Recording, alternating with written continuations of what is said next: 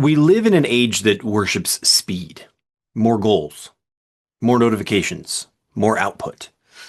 And somewhere between the spreadsheets and the pings on Slack, our nervous systems have forgotten what enough feels like. For most of us, stress isn't occasional, it's ambient. It hums beneath every to-do list and it's disguised as productivity. But underneath is something deeper, a quiet loss of sovereignty. Because when you're overwhelmed, you're not actually choosing, you're always reacting. And reaction is the opposite of power. Today, I want to talk about how to turn that reaction into authorship and how to alchemize stress back into sovereignty. Years ago, when I owned my own consulting company, it was called International Solutions Group, I lived inside what looked like, to everybody, success, right? Multiple projects across continents, clients in literally every time zone, staff who needed answers all the time. And I thought I was leading, but what I was really doing was just surviving. I was running on adrenaline, I was using a lot of caffeine, and I was carrying the entire business in my jaw. Literally, it's so crazy. The tension became so bad that I actually developed a jaw pain and other stress-related health issues that I had to go seek help. And I kept telling myself, once this project ends, I'll slow down. But the company continued to grow and the projects never stopped. And the problem wasn't my workload, it was my relationship to control. And at one point, finally I broke and I came to a turning point. And I realized that the same precision I applied to solving clients' problems needed to be applied to my own system and my own body. So I started delegating more. I started documenting and building systems. I started trusting others. I built frameworks. And I hired people not just for their skills, but for their energy and reliability. And slowly, something remarkable happened. The pressure in my body started to match the order in my business. My nervous system calmed down. I stopped working in the company and I began leading from it. And that was probably my first real tangible experience of alchemy. It's not mystical, but it's a mechanical one. I transformed the stress I was having into chemistry and into leadership clarity. So let's talk about what was actually happening in my body during that time. And maybe this is similar to you and how you feel. When you're under constant pressure, your HPA axis, the hypothalamus, the pituitary, and the adrenaline network, it stays stuck in a feedback loop. Cortisol and adrenaline surge, digestion and repair shut down, and because this state was designed for short bursts of danger and not the chronic low-grade warfare of the modern workplace.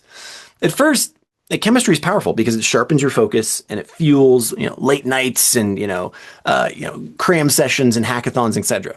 But over time, it erodes regulation.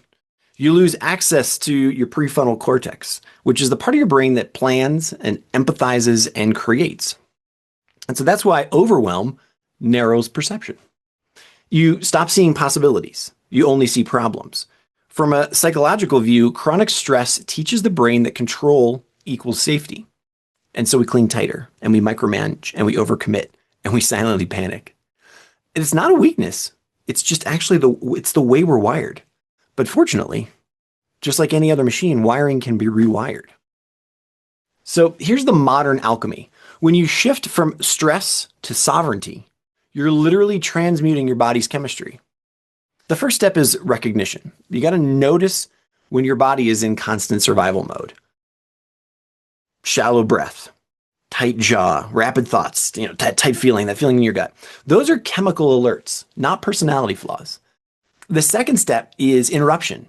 You've got to activate the parasympathetic nervous system through breath, through movement, or sometimes just by being still for a while. A single slow exhale lengthens the vagus nerve and tells your brain, we're safe now, we're okay.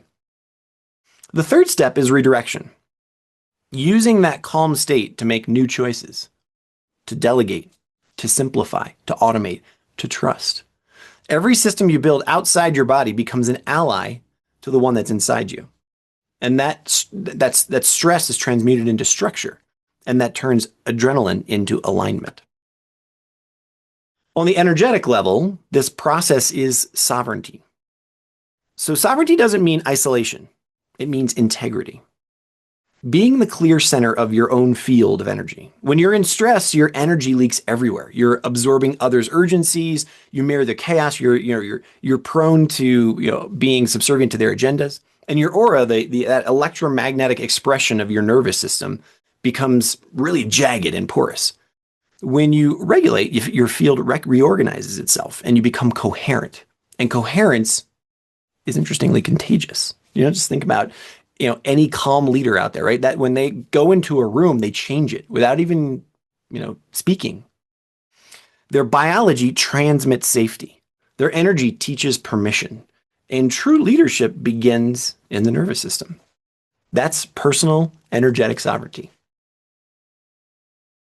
Inside the impossible prompt, we treat sovereignty as both a practice and a protocol.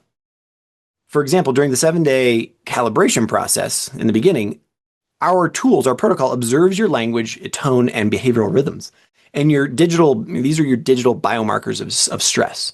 So then it mirrors them back to you so you can see your own patterns in real time. From there, we design your personal operating system, or we redesign it in your routines, in your reflections, your automations. And so that we help your nervous system stay regulated even in complexity and difficult situations. The goal is not to eliminate pressure. The world is complex. You will be in situations that are difficult. The goal is to evolve your relationship with it and to turn reaction into response and chaos into clarity. And that's overwhelm alchemy in action, essentially. There's actually a really beautiful irony in the science of regulation, because when you calm down your body, you actually increase your cognitive capacity. Your heart rate variability rises, and the prefrontal cortex in your brain, it re-engages. So you actually become more strategic. You become more creative. You become more compassionate. And stress narrows this awareness, right? And sovereignty expands it. So that's the irony. That's the paradox. So the very act of relaxing makes you smarter. And that's biology rewarding coherence. And spiritually, coherence is alignment with the truth. And it's the frequency where intuition becomes reliable data. So here are 3 practical tools that you can start using today in order to make this alchemy happen. First, audit your energy load. List every task that drains you. Mark which ones truly require your genius and which ones can be delegated or systematized. Every unnecessary task is an energetic leak. Second, I want you to create regulation rituals. Between meetings, take 90 seconds of diaphragmatic breathing, right? So that means breathing in, but then exhaling longer than you breathe in. Because what you're doing there is you're going to retrain the vagus nerve. And that's the bridge between stress and sovereignty. And then third, replace control with clarity. When you feel the urge to micromanage, pause and ask yourself this: what outcome actually matters here? Clarity is leadership. Control is fear in disguise. I'm going to say that again. Clarity is leadership. Control, that micromanagement, it's actually fear in disguise. If you practice these 3 things daily and watch how you change, you're going to see how your biology starts to follow your intention. So back to my example around my company, International Solutions Group. As I built systems and trust inside this company, my health shifted first. My jaw tension eased. I was able to sleep better. And then my creativity exploded. And my staff were happier. Everyone felt stronger. And our clients noticed as well. I showed up to clients, more present and more grounded. And I got that feedback. I was able to lean into more creative projects that actually helped us grow the company and build stealth marketing systems, these kinds of things. Projects started running themselves because people could feel my clarity, and then it was replicated in them. And that's when I understood that sovereignty scales. It's not about doing more. It's about transmitting coherence so the environment organizes around it. That's leadership without exhaustion. We were raised to think that power comes from control, but real power comes from capacity. It's that ability to stay centered in uncertainty. Stress says, I must manage everything. And sovereignty says, I can handle whatever arises. The difference is internal regulation. When your nervous system is stable, you no longer chase peace, you actually generate it. And when enough people operate from that state, organizations transform, families heal, cultures evolve. And so that's why this work matters beyond productivity in the workplace. This is collective nervous system evolution. And boy, do we need it more than ever. So imagine waking up tomorrow and feeling spacious, even when you have a full calendar, even when you have meetings after meetings after meetings, even when you have all your family obligations and just too much. Imagine running that day instead of that day running you. Imagine your body as calm as your mind is clear. And that's what sovereignty feels like. It's not perfection, it's presence. It's not absence of stress, but mastery of energy. And this is the journey that the Impossible Prompt guides you through, helping you to decode your own operating system so technology and biology finally serve the same purpose: your freedom. So if this message resonates, if what I've been talking about for the last 10 minutes here feels like a yes to you, if you're tired of living at the mercy of stress and overwhelm and ready to reclaim authorship of your life, I invite you to take a next step with me. Request your private invitation to the Impossible Prompt. There's either a link or a button right below this video. Because your sovereignty isn't a state you earn. It's a signal that you remember. And when you remember it, stress becomes fuel, not friction.